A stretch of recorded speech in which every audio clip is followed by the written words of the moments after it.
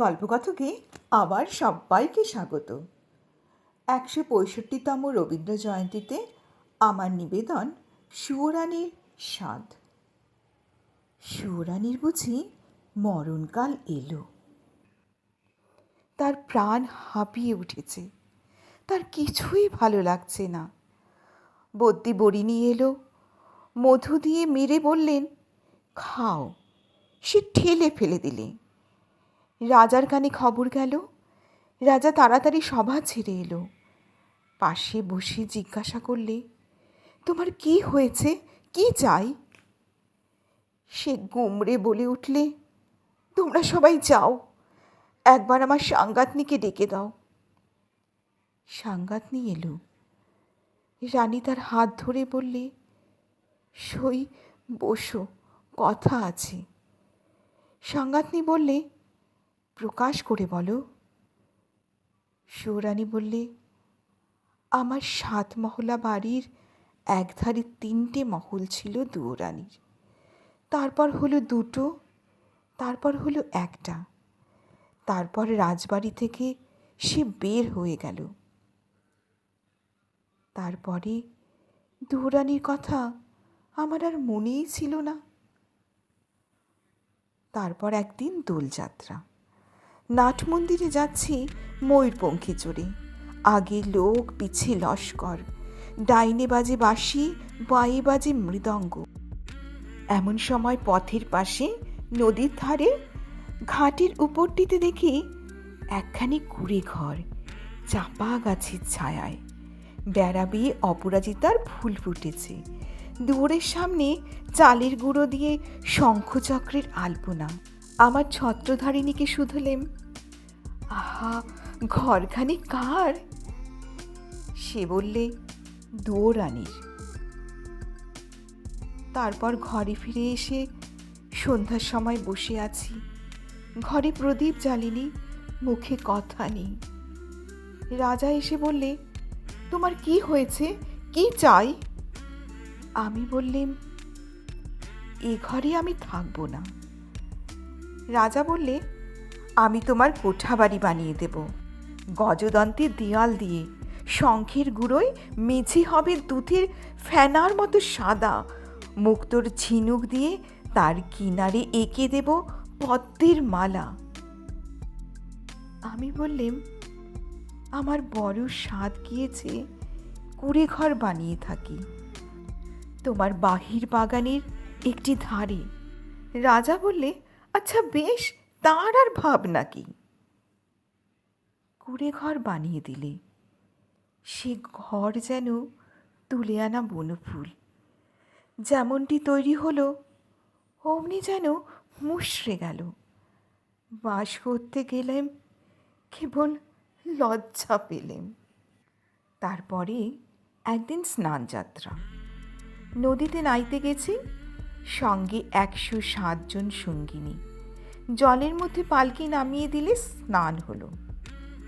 পথে ফিরে আসছি, পালকির দরজা একটু ফাঁক করে দেখি, ও কোন ঘরের বউগা? যেন নির্মাল্যের ফুল, হাতে সাদা শাঁখা, পরনে লাল পেড়ে শাড়ি। স্নানের পর ঘড়াই করে জল তুলে আনছে। সকালের আলো তার ভিজে চুলে আর ভিজে ঘড়ার ওপর পড়ে ঝিঁকিয়ে উঠেছে। ছত্রধারিণীকে শুধলেম, মেয়েটি কে, কোন দেব মন্দিরে তপস্যা করে?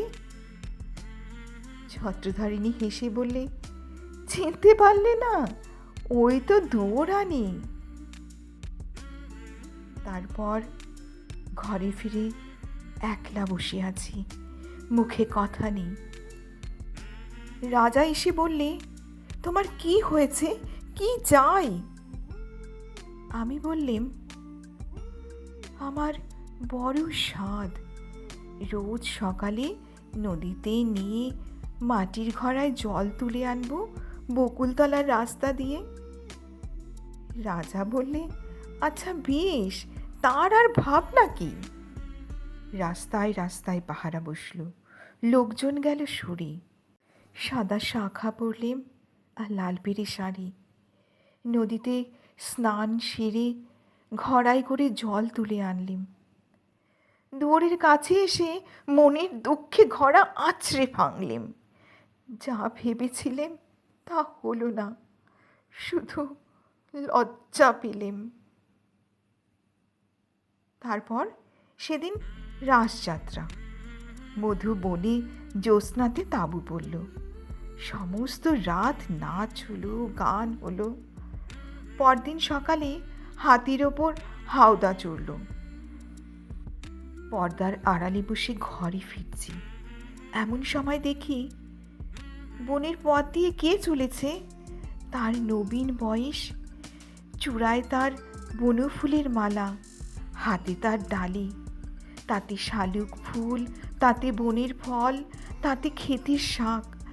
ছত্রধারিণীকে শুধলেম, কোন ভাগ্যবতীর ছেলে পথ আলো করে চলেছে? ছত্রধারিণী বললে, জানো না, ওই তো দুয়োরানির ছেলে। ওর মার জন্যে নিয়ে চলেছে শালুক ফুল, বনের ফল, ক্ষেতের শাক। তারপর ঘরে ফিরে একলা বসে আছি, মুখে কথা নেই। রাজা এসে বললে, তোমার কি হয়েছে, কি চাই? আমি বললেম, আমার বড় স্বাদ, রোজ খাবো শালুক ফুল, বনের ফল, ক্ষেতের শাক। আমার ছেলে নিজের হাতে তুলে আনবে। রাজা বললে, আচ্ছা বেশ, তার আর ভাবনা কি। সোনার পালঙ্কে বসে আছি, ছেলে ডালি নিয়ে এলো। তার সর্বাঙ্গে ঘাম, তার মুখে রাগ। ডালি পড়ে রইল, লজ্জা পেলেম। তারপর আমার কি হলো কি জানি, একলা বসে থাকি, মুখে কথা নেই। রাজা রোজ এসে আমাকে শুধোয়, তোমার কি হয়েছে, কি চাই? সুরানী হয়েও কি চাই সে কথা লজ্জায় কাউকে বলতে পারিনি। তাই তোমাকে ডেকেছি সাঙ্গাতনি। আমার শেষ কথাটা বলি তোমার কানে, ওই দুয়োরানি দুঃখ আমি চাই। সাঙ্গাতনি গালে হাত দিয়ে বললে, কেন বলো তো? সুরানী বললে, ওর ওই বাঁশের বাঁশিতে সুর বাজল, কিন্তু আমার সোনার বাঁশি কেবল বয়ে বেড়ালাম, আগলে বেড়ালাম, বাজাতে পারলেম না। আমার আজকের নিবেদন রবীন্দ্রনাথের সুরানীর স্বাদ এখানেই শেষ হলো।